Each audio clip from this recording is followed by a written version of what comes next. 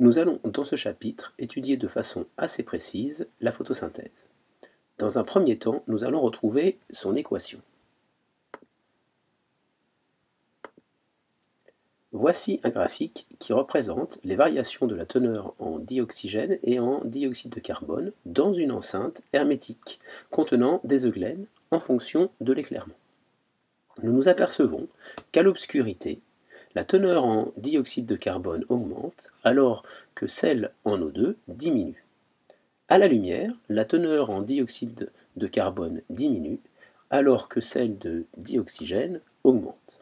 La photosynthèse ne se déroulant qu'en présence de lumière, on peut donc définir les échanges gazeux au cours de la photosynthèse. Absorption de dioxyde de carbone et rejet de dioxygène. Nous nous apercevons également qu'une feuille à l'obscurité ne contient pas d'amidon, alors qu'une feuille exposée à la lumière en possède. La photosynthèse s'accompagne donc d'une production de matière organique, en particulier de glucides. On peut donc écrire l'équation de la photosynthèse comme suit. Une plante, en présence de lumière, va absorber du dioxyde de carbone et de l'eau pour produire de la matière organique et libérer du dioxygène. Il est alors intéressant de se demander d'où vient cette O2. L'expérience de Ruben et Kamen nous permet de répondre à cette question.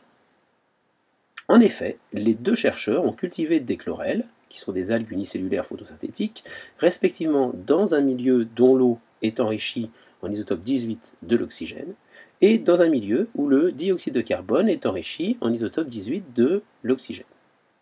Ils se sont rendus compte que dans les deux conditions expérimentales, l'oxygène dégagé lors de la photosynthèse avait la même teneur en isotope 18 de l'oxygène que l'eau. On peut donc préciser que l'oxygène dégagé lors de la photosynthèse provient de la molécule d'eau. On verra plus tard que l'eau est oxydée. De plus, lorsque l'on met une feuille en contact avec du dioxyde de carbone marqué, ou carbone 14, on remarque que les glucides produits sont eux aussi marqués. On peut alors préciser que la matière organique est produite à partir du dioxyde de carbone. On verra plus tard que le dioxyde de carbone est réduit. Étudions maintenant le chloroplaste, organite au sein duquel se déroule la photosynthèse. Les chloroplastes d'une feuille, ici en vert, laissées à la lumière, contiennent de l'amidon. On peut donc en déduire qu'il constitue le lieu de la photosynthèse. Le chloroplaste est composé d'une double membrane, d'un liquide interne, le stroma, et de thylakoïdes. Les pigments chlorophylliens sont localisés dans la membrane des thylakoïdes. On y trouve également des accepteurs d'électrons, des ATP synthase, une enzyme qui catalyse la synthèse d'ATP, une molécule riche en énergie chimique utilisée par les cellules pour stocker de l'énergie, nous en reparlerons un petit peu plus tard. Dans le stroma, on observe de nombreuses enzymes. Demandons-nous alors quel peut être le rôle des pigments chlorophylliens. Il existe en foliaire extrait d'une solution de chlorophylle brut. Les chlorophylles A et B, les xanthophiles et les carotènes. Ces pigments sont capables de capter l'énergie lumineuse. On peut alors obtenir un spectre d'absorption de la lumière par les pigments chlorophylliens.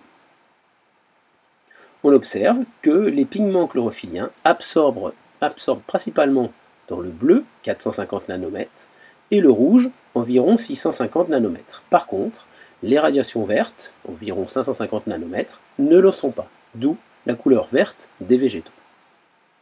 On étudie alors le spectre d'action photosynthétique qui reflète l'intensité de la photosynthèse. On remarque que les radiations efficaces pour la photosynthèse correspondent aux longueurs d'onde absorbées par les pigments chlorophylliens, ceux qui font d'eux des pigments photosynthétiques. Ces pigments se situent dans la membrane des thylakoïdes et constituent des photosystèmes, que j'ai représentés ici en vert. Lorsqu'ils sont éclairés, ils perdent des électrons, nous verrons l'importance de cette remarque dans la prochaine vidéo, et vont permettre de transformer l'énergie lumineuse en énergie chimique.